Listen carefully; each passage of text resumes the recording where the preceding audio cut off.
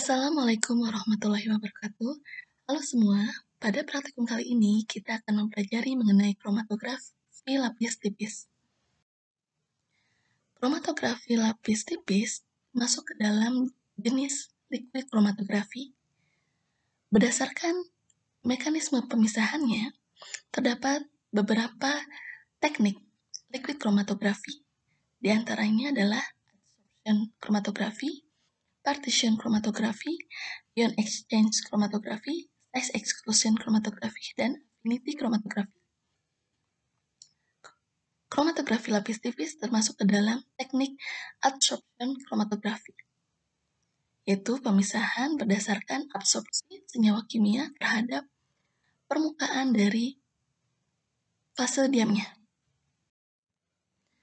Kromatografi adsorpsi adalah tipe liquid kromatografi di mana senyawa kimia atau analit atau sampel tertahan berdasarkan absorpsi dan desorpsinya pada permukaan absorben atau fase diam.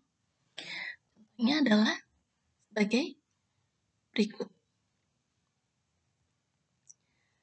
Dan dalam penggolongannya, kromatografi adsorpsi dibagi menjadi dua jenis, yaitu kolom kromatografi dan thin layer kromatografi, atau kromatografi lapis tipis yang akan kita pelajari pada praktikum kali ini.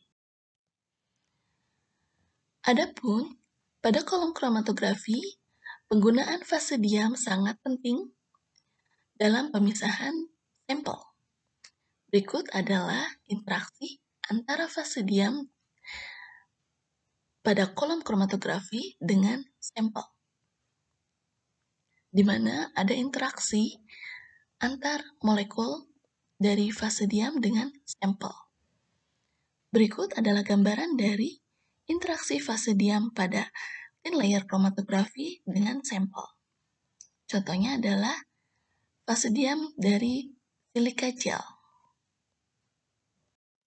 Kromatografi lapis tipis merupakan pemisahan campuran suatu senyawa dalam medium dengan prinsip berdasarkan rentang polaritas, afinitas, dan sifat lainnya dari analit terhadap fase diam dan fase gerak.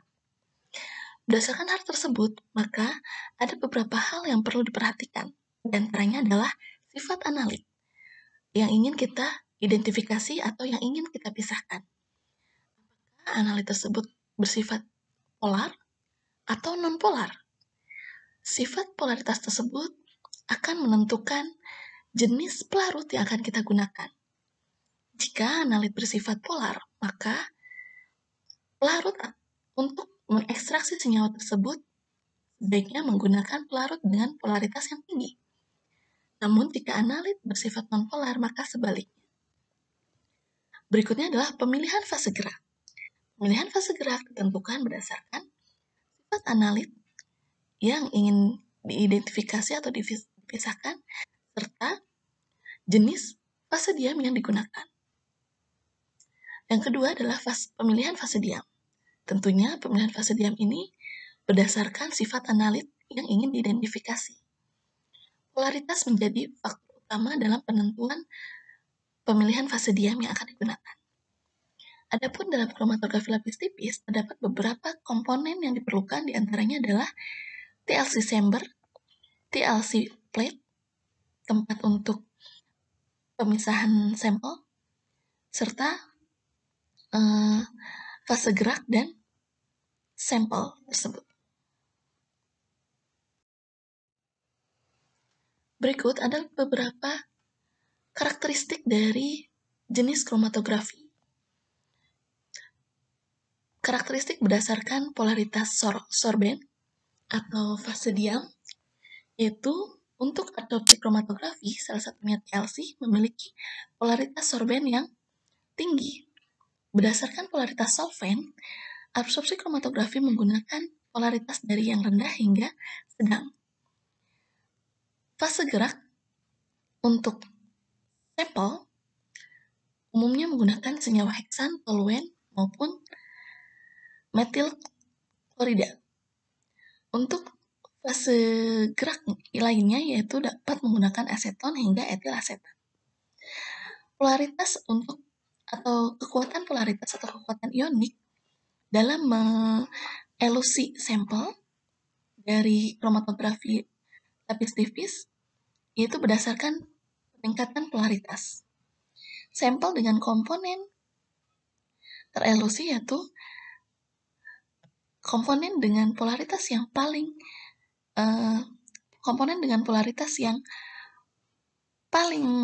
rendah akan terelusi lebih awal dibandingkan polaritas yang tinggi. Berikut adalah jenis absorben atau fase diam yang umum digunakan dalam kromatografi lapis tipis. Di antaranya adalah silika dengan gugus fungsi silikon dan sejumlah oksigen serta gugus hidroksil, alumina yaitu gugus aluminium dengan sejumlah oksigen, fluorisil yaitu magnesium silikat, ada magnesium serta silikon dan sejumlah oksigen, dan poliamid. Masing-masing fase diam ini memiliki sifat polaritas yang berbeda. Umumnya, fase diam yang paling banyak digunakan dalam teknik pemisahan kromatografi lapis adalah silika dan alumina.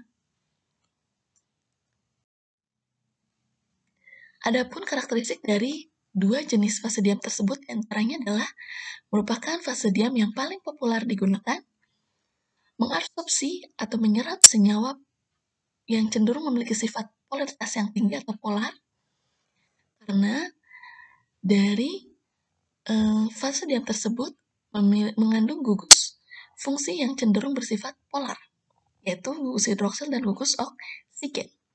Oleh karena itu, analit akan berinteraksi dengan gugus hidroksil atau OH dan gugus oksigen tersebut pada permukaan fase diamnya, terutama analit yang bersifat polar. Semakin besar jumlah gugus hidroksil pada fase diam, akan semakin kuat daya retensi atau daya serap atau adsorpsi dari fase diam tersebut terhadap sampel atau analit yang bersifat polar, karena memiliki polaritas yang sama-sama tinggi, sehingga interaksi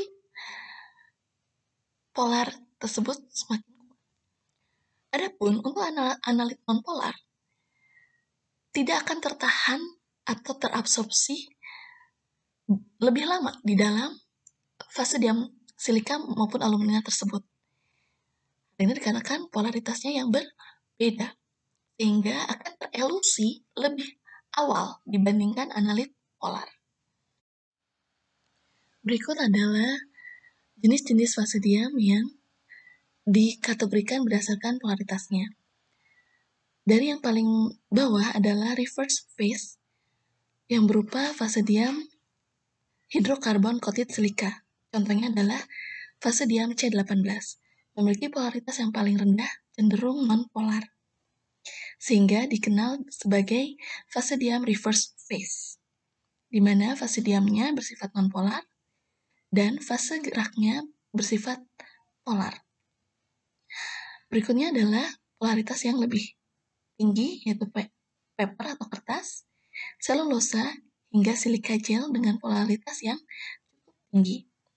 Fluorisil, magnesium oksid, dan aluminium oksid yang bersifat asam, basa, dan netral dengan polaritas yang paling tinggi di antara fase diam lainnya.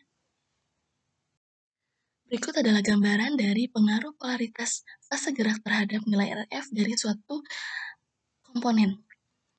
Semakin polar fase gerak yang digunakan, maka akan semakin kuat daya elusi atau kekuatan elusi suatu komponen terhadap fase diamnya, sehingga akan menghasilkan nilai RF yang semakin tinggi. Contohnya adalah pada pemisahan yang pertama menggunakan fase gerak dengan komponen 90% heksan dan 10% etil asetat, akan menghasilkan pemisahan sebagai berikut. Jika polaritasnya dikurangi atau diturunkan menjadi 95% heksan dan 5% etil asetat, maka komponen dalam sampel tersebut tidak akan terpisahkan secara baik, atau pergerakan dari sampel tersebut menjadi lebih lambat, sehingga tidak terpisahkan dengan baik. Jika polaritasnya lebih ditingkatkan, yaitu 80% heksan dan 20% etil asetat, akan menghasilkan pemisahan yang lebih baik, yaitu akan meningkatkan pergerakan dari komponen dalam campuran sampel tersebut, di mana komponen yang bersifat polar akan tertahan lebih lama di dalam fase gerak, sedangkan komponen yang bersifat nonpolar akan terelusi atau bergerak lebih cepat.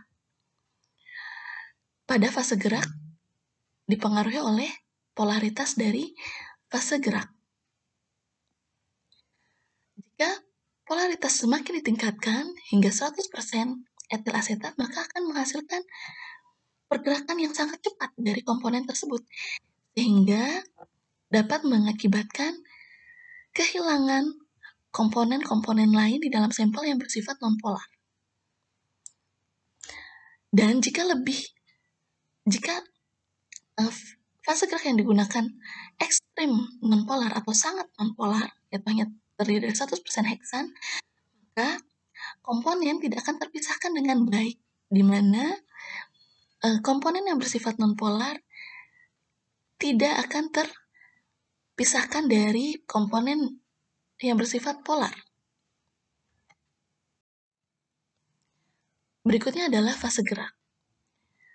Berikut adalah contoh beragam fase gerak berdasarkan polaritasnya, di mana fase gerak yang paling nonpolar adalah heksan, hingga fase gerak yang paling polar adalah asam asetat.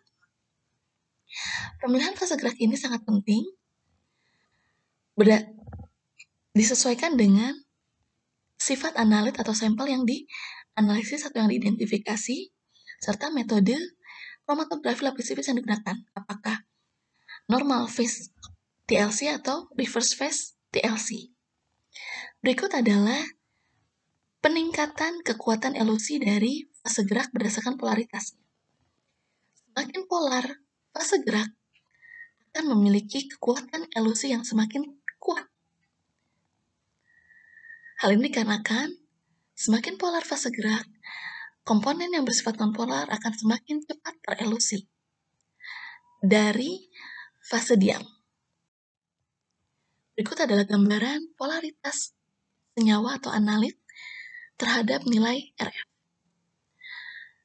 Jika terdapat dua campuran senyawa dalam satu sampel, yaitu A dan B, dengan sifat yang berbeda, di mana A lebih polar dan B bersifat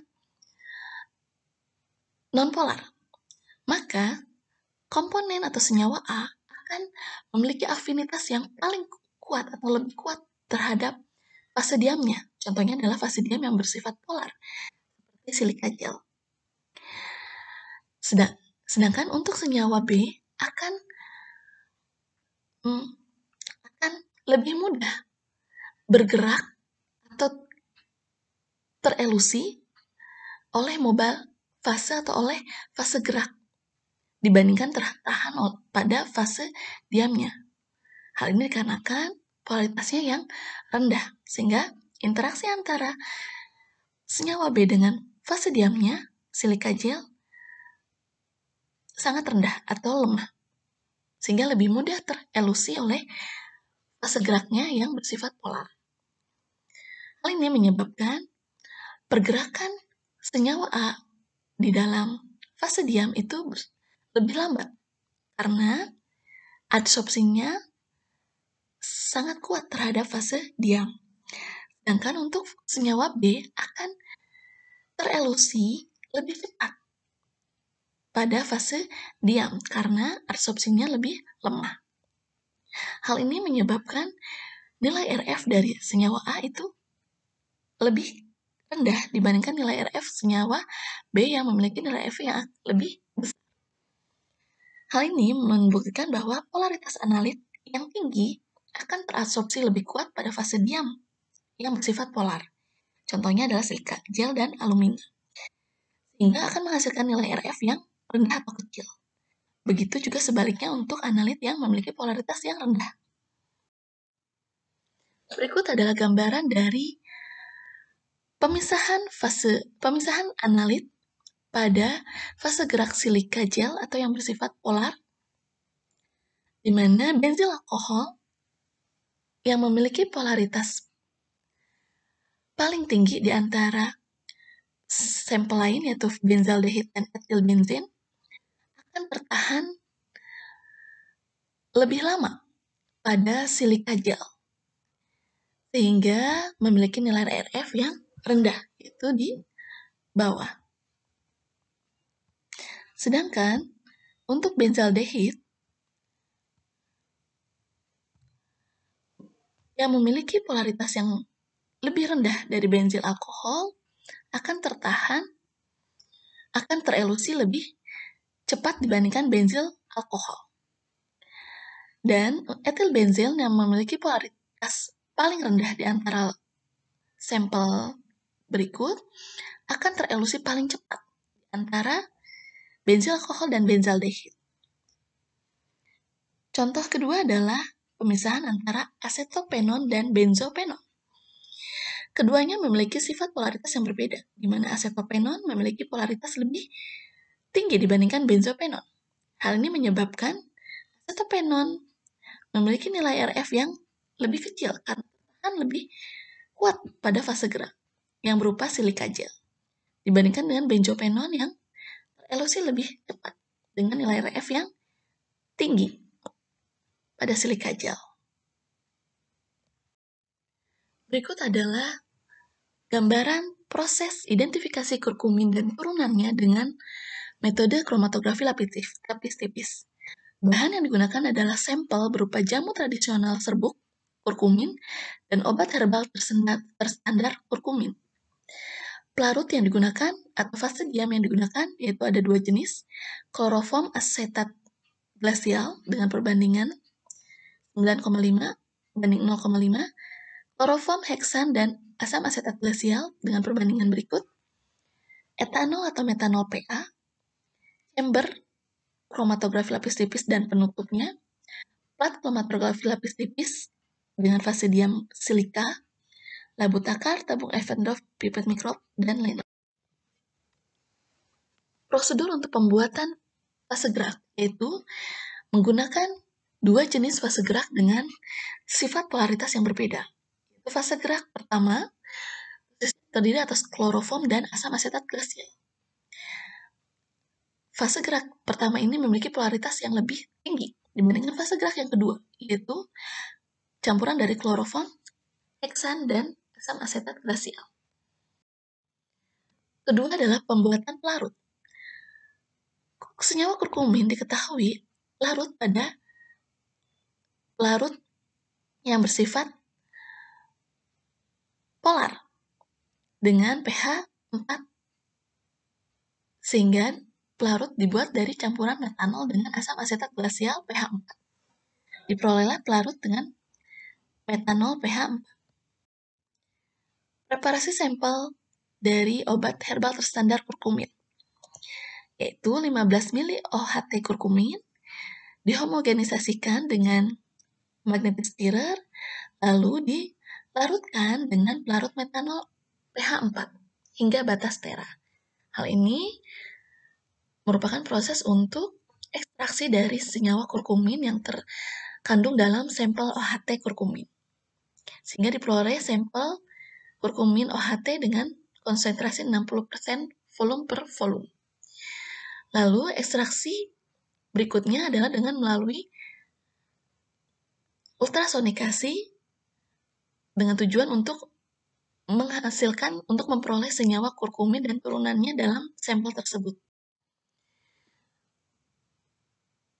Berikutnya adalah preparasi sampel jamu kurkumin, di mana 5 mg serbuk jamu kurkumin ditambahkan dengan 10 ml pelarut yaitu metanol pH 4. Aduk hingga larut merata, kemudian ditambahkan pelarut metanol pH 4 hingga batas tera.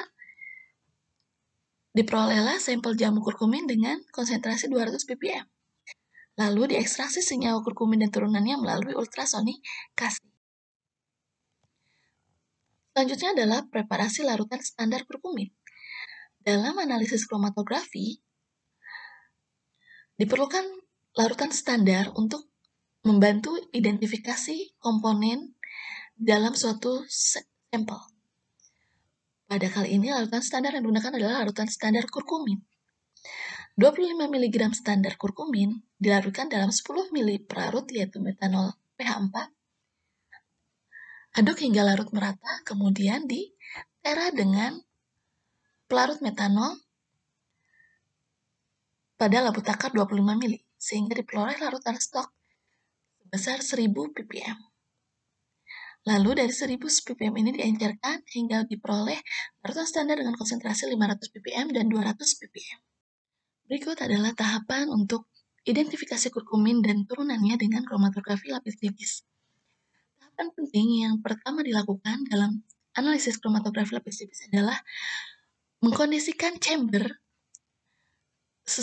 dengan fase gerak yang akan digunakan, yaitu dengan cara menuangkan fase gerak yang akan digunakan untuk identifikasi sampel pada chamber.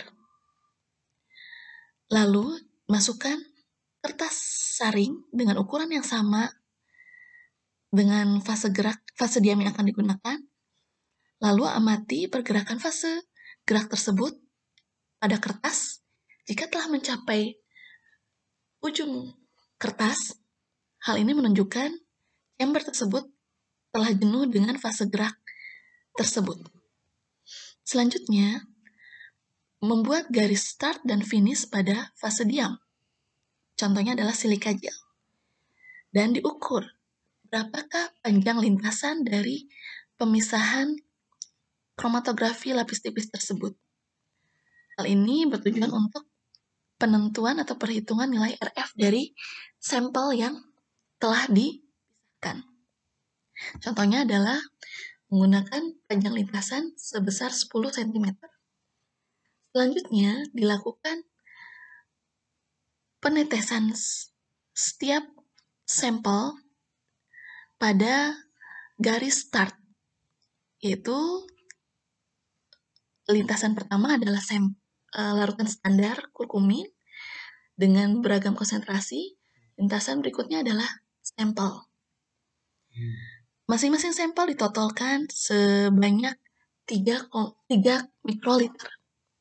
Selanjutnya, di-running di dalam chamber KLT yang telah diisi fase gerak yang digunakan. Ditutup hingga rapat, lalu diamati pergerakan fase gerak. Jika telah mencapai garis finish, maka plat kromatografi silika diambil untuk menghentikan proses pemisahan tersebut. Selanjutnya, dilakukan visualisasi hasil pemisahan terhadap analit dengan menggunakan UV. Di bawah sinar UV, sampel-sampel akan terlihat posisinya pada silika gel.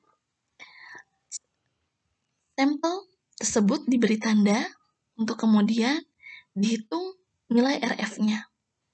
Nilai RF yang diperoleh kemudian dibandingkan dengan standar, sehingga kita dapat mengidentifikasi komponen yang terkandung dari tiap sampel. Berikut adalah contoh dari hasil kromatografi lapis tipis dari sampel kurkumin. Di antaranya adalah sampel 4 kurkuminoid, sampel 5 turmeric atau kurkuma longa, dan sampel 6 kurkuma xanthorrhiza. Dengan menggunakan standar pada line 1 yaitu desmetoxikurkumin, line 2 yaitu desmetoxikurkumin, dan line 3 adalah kurkumin. Dari hasil ini, tentukanlah komponen yang terkandung pada sampel 4, 5, dan 6, serta perkirakan nilai RF-nya berdasarkan gambar di samping. Skala ini membantu untuk penentuan nilai RF dari hasil pemisahan kromatografi berikut. Terima kasih.